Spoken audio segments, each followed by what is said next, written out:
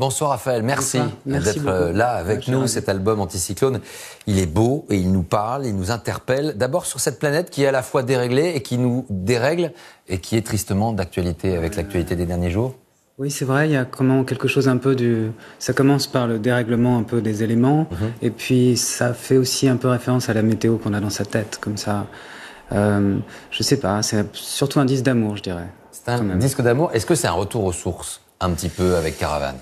Cette poésie, les sons qui sont... C'est un disque très simple, mais j'ai l'impression que j'ai presque jamais fait un disque aussi simple, aussi comme ça, limpide ou fluide. Alors je sais pas si ça ressemble à Caravane, mais c'est sûr que c'est peut-être un peu une main tendue vers les gens. Il est plus facile, j'ai fait des disques un peu bizarres. Parfois je lisais des critiques sur Internet, les gens disaient il faudrait vraiment pendre le mec qui a écrit ces chansons, ou je sais pas quoi, ou l'ingénieur du son, parce que j'avais des disques avec des sonorités un peu curieuses. Il y avait une rupture, c'est vrai. Oui, il y avait une rupture, mais elles étaient nécessaires, quoi, je crois. Et c'était pas pour décevoir les gens. Moi, chaque disque, vraiment, j'avais l'impression que c'était super. Mais parfois, on se complique la vie. J'ai une tendance à me compliquer la vie et à faire des phrases très longues. Et ces critiques, elles vous ont blessé parfois ? Non, pas du tout. Non, pas du tout. Parce que non, c'est normal, quoi. Mais c'est vrai que des fois, il y a quelque chose d'un peu. Il y a une phrase de John Lennon que j'aime bien. Il dit pour faire une chanson simple, il suffit d'avoir quelque chose à dire et de le dire simplement. Au début, je me suis dit, c'est un enfonçage de porte ouverte, parce que vraiment, tout le monde peut dire une phrase comme ça. Mais en fait, il n'y a rien d'autre que ça. C'est que cette chose-là. Mais c'est ce qu'il y a de plus difficile à faire, parce qu'il faut que la chanson supporte la nudité. C'est difficile de dire quelque chose simplement, genre. Bien sûr. Sans que ce soit naïf, quoi. Justement, qui forcément nous touche, nous marque. Paris est une fête. Alors on pourrait penser à plein de choses, à Hemingway, forcément au 13 novembre. Vous chantez Paris est une fête et en même temps, vous nous emmenez sur un terrain qui est finalement le monde de la nuit. C'est une plongée avec ses vertiges. C'est aussi cela, cette chanson. Ouais, quand je l'ai écrite, j'ai pas vraiment pensé aux attentats du Bataclan et du 13 novembre. C'est forcément le sous-texte, parce que notre vie à tous est différente, parce qu'on vit dans cette ville qui a terriblement souffert. Mais moi, c'était vraiment une chanson pour me donner du courage. Ça voulait dire, sors, va dans la ville, va voir son cœur battant, perds-toi, je sais pas, sois un peu... va même prendre une cuite. C'est vraiment une chanson pour se donner du courage, pour se dire que la vie, ça se passe maintenant, quoi. Et pas forcément comme ça, dans son hors-sol, dans sa tour d'ivoire, quoi.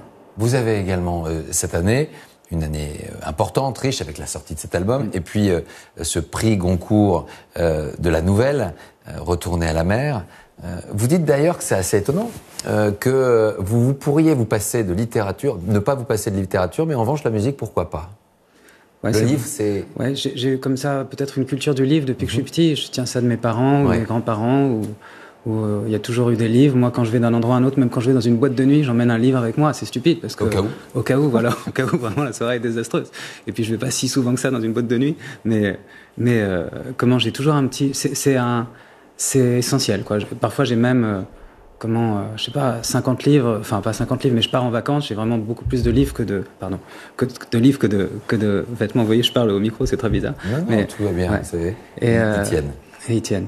Et donc je pense que c'est vrai qu'il y a cette chose du livre qui est en moi, alors que la musique, j'aime bien en faire, pas toujours en écouter. Des fois, je trouve qu'on vit dans un monde qui est saturé de musique, comme ça, quand on rentre dans les restos, il y a partout du son, et c'est bien d'avoir du...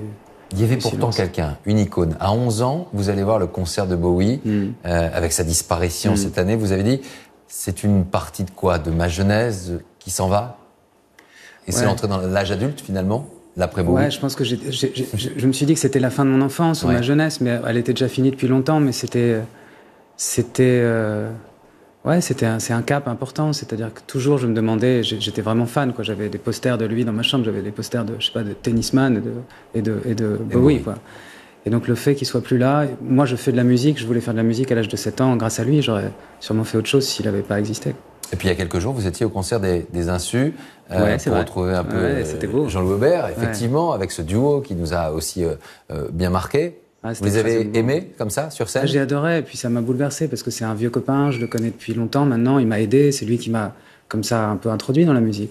Et j'étais à côté, il y avait le batteur, Richard Kolinka, j'étais assis entre sa mère, Ginette, qui a 93 ans, et son fils, et je les voyais, ça tenait presque du miracle, comme ça, de voir ces mecs de 65 ans qui étaient dans, je sais pas quel âge ils ont, 60 ans, ils sont dans un stade avec 70 000 personnes, c'était fou.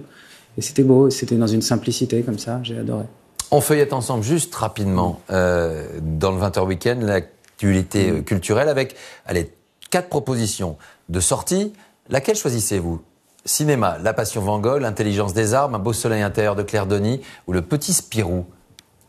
Si vous aviez allé au cinéma. L'intelligence des arbres, moi ça me plaît. J'ai entendu parler de ce mot, la murmuration. La murmuration. Ouais, ce dialogue entre eux. Ouais, déjà le mot est sublime. Et puis en plus, l'idée que les arbres puissent communiquer entre eux. Et puis moi, comme ça me rappelle des souvenirs. Avec mon père, je me rappelle souvent, on se mettait à côté d'un arbre comme ça. Et il me disait, vous voyez, un peu comme dans un film de Hitchcock, il disait, voilà, ça c'est nous. Et puis quand je serai très vieux, que je serai plus là, cet arbre, c'était un séquoia en l'occurrence, aura pris 10 cm. C'est un truc d'humilité incroyable. Puis c'est trop beau. Peut-être un dernier conseil de lecture, c'est aussi ce qu'on fera régulièrement le week-end. Dites-nous tout. Alors moi, vraiment, un conseil extraordinaire, c'est un livre de Flannery O'Connor, qui est une écrivaine américaine des années 50-60. Ce sont des nouvelles, je crois. C'est des nouvelles. Elle écrit aussi des très courts romans. Ouais. Déjà, tous les titres des romans sont sublimes. Il y en a un qui s'appelle « Et ce sont les violents qui l'emportent », par exemple. C'est trop beau comme titre. Et là, c'est un recueil qui s'appelle « Les braves gens ne courent pas les rues ». Si vous lisez juste la première nouvelle, ça doit faire 10-15 pages et ça peut changer votre vie profondément. Bah écoutez, on va le lire. Les braves gens ne courent pas les rues. Ouais. Merci Raphaël, Anticyclone. Et puis ce livre, n'oubliez pas effectivement, Retourner à la mer chez Gallimard, qui était le concours de la nouvelle l'an dernier, et puis La Tournée. Merci à vous d'être passé nous.